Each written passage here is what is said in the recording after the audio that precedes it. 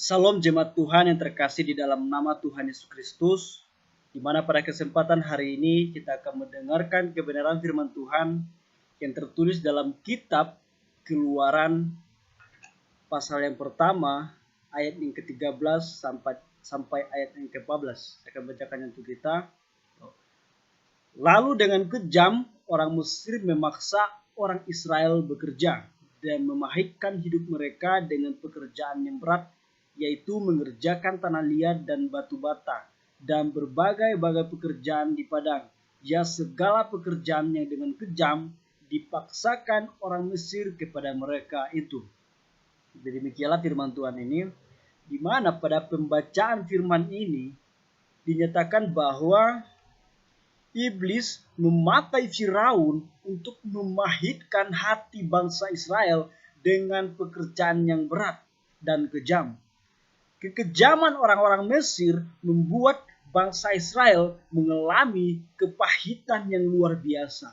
Jadi bangsa Israel adalah contoh nyata dalam dampak buruk yang ditimbulkan oleh rasa pahit yang terpendam bertahun-tahun di dalam hati mereka. Jadi pelakuan kejam bangsa Mesir benar-benar menorehkan luka mendalam di hati mereka sehingga menjadikan akar pahit di dalam mereka.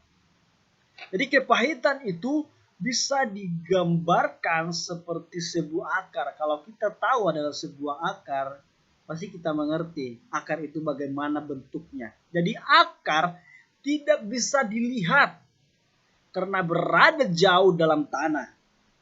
Tapi kita dapat merasakan dan melihatnya dari buah yang dihasilkannya. Jadi akar yang pahit menghasilkan yang pahit pula.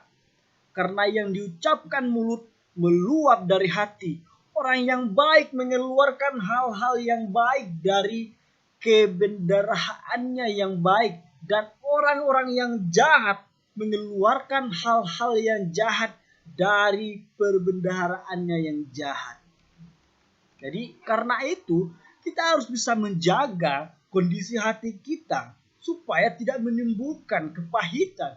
Maka dari itu Amsal 4 ayat 23 berkata, jagalah hatimu dengan segala kewaspadaan, karena dari situlah terpancar kehidupan. Jadi karena hatinya teramat pahit, bangsa Israel pun menunjukkan sikap memberontak kepada Tuhan. Karena di mana bangsa Mesir menjajah mereka, bangsa Mesir memperkerjakan mereka dengan kejam. Akhirnya kepahitan di dalam hati mereka tertanam sehingga mereka bangsa Israel ini memberontak kepada Tuhan. Jadi bagaimana supaya terbebas dari kepahitan hati? Itu semua tergantung bagaimana kita menyikapi setiap permasalahan yang terjadi. Di dalam Amsal 23:7a berkata, sebab seperti orang yang membuat perhitungan dalam dirinya sendiri, demikianlah ia. Nah, kita harus membuat suatu tindakan nyata untuk melepaskan diri dari belenggu kepahitan ini. Jagalah supaya jangan ada seorang pun menjauhkan diri dari kasih karunia Allah, agar jangan tumbuh akar yang pahit. Akar pahit akan semakin tumbuh subur apabila kita hidup jauh dari kasih karunia Tuhan. Maka dari itu kita jangan jauh dari kasih karunia Tuhan, agar tidak menumbuhkan, agar tidak subur dari segala kepahitan itu. Hanya oleh kasih karunia Tuhan kita dituntun kepada kehidupan yang terbebas dari kepahitan. Jadi hanya kasih karunia. Maka dari itu buka hati ini dan izinkan Roh Kudus untuk memimpin langkah hidup kita. Biarlah Roh Kudus ini memimpin hidup kita. Dan kepahitan pun tidak akan mendapatkannya dalam hati kita. Karena Roh Kudus, kalau kita mengizinkan Roh Kudus memimpin langkah hidup kita, maka segala kepahitan itu tidak ada dalam hidup kita.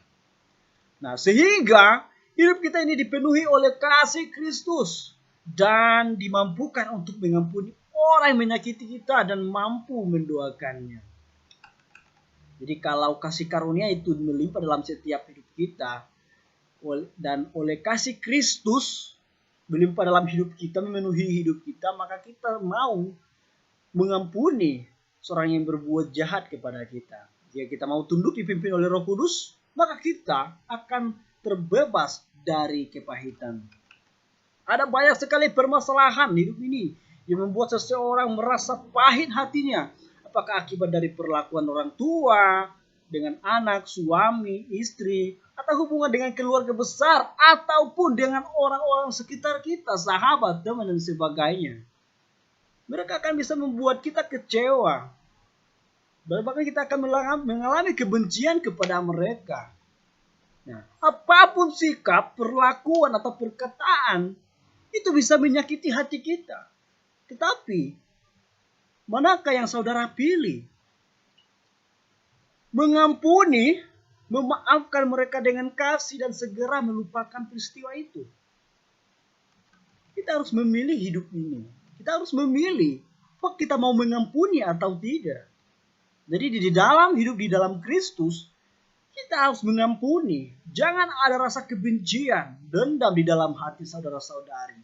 Nah, kita tetap memendam kebencian. Kalau kita tetap memendam kebencian, kemarahan, bahkan menyimpan kepahitan, hingga berhari-hari, berbulan-bulan, bahkan bertahun-tahun, semakin lama disimpan perasaan sakit hati, maka semakin dalam kepahitan menusuk hidup kita. Maka hancurlah hidup ini.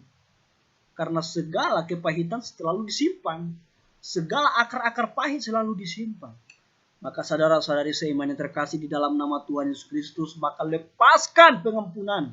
Bersikat akar kepahitan yang mengotori hati kita dengan kasih Kristus. Kuncinya adalah saudara-saudari bahwa tunduk pada pimpinan Roh Kudus, maka damai sejahtera melampaui segala kehidupan kita. Akal, pikiran kita. Maka kita harus tunduk kepada pimpinan Roh Kudus. Maukah kita dipimpin oleh Roh Kudus? Jadi di dalam Amsal 17 ayat 22 berkata, sehat rohani mengakibatkan pula sehat jasmani, karena hati yang gembira adalah obat yang manjur, tetapi semangat yang patah mengeringkan tulang. Saudara-saudari yang terkasih di dalam nama Tuhan Yesus Kristus, di dalam kehidupan kita ini banyak segala orang-orang yang membenci, bahkan orang-orang yang mengecewakan kita. Teman, keluarga, bahkan sahabat-sahabat kita yang lainnya. Pasti mereka akan membuat kita kecewa. Kita akan merasa benci kepada mereka ketika mereka berbuat salah satu kesalahan kepada kita. Menyakiti hati kita. Maka sehingga timbul dari segala akar kepahitan, kebencian itu. Tetapi saudara-saudari seiman, mari kita buang itu. Jangan pernah ada di dalam akar pahit. Mari kita minta pengampunan kepada Tuhan. Lepaskan itu. Minta kasih Kristus. Pimpinan Roh Kudus. Supaya kita dipimpin, diarahkan. Maka dari itu, hiduplah di dalam Kristus. Jangan mau diperdaya oleh kuasa-kuasa apapun. Karena godaan-godaan itu akan membuat kita benci kepada seseorang. Hanya satu permasalahan sedikit saja, kita membuat besar sehingga akhirnya menjadi berantem, membenci dia, tidak sapa-sapaan. Dan kalau kita memendam selama berhari-hari, berbulan-bulan, kita akan menyimpan itu berhari-hari, maka itu akan mengakibatkan akar pahit. Pahit sekali saudara-saudari. Maka dari itu saudara-saudari, jikapun itu ada di dalam hati kita, maka kita akan lepaskan itu. Kita buang jauh-jauh. Mari kita hidup di dalam Kristus. Mari izinkan pimpinan Roh Kudus. Maka damai sejahtera Kristus akan memenuhi hati kita. Biar kiranya firman Tuhan ini menjadi berkat. Dan dapat kita aplikasikan dalam setiap hidup kita. Kiranya Tuhan Yesus memberkati. Shalom.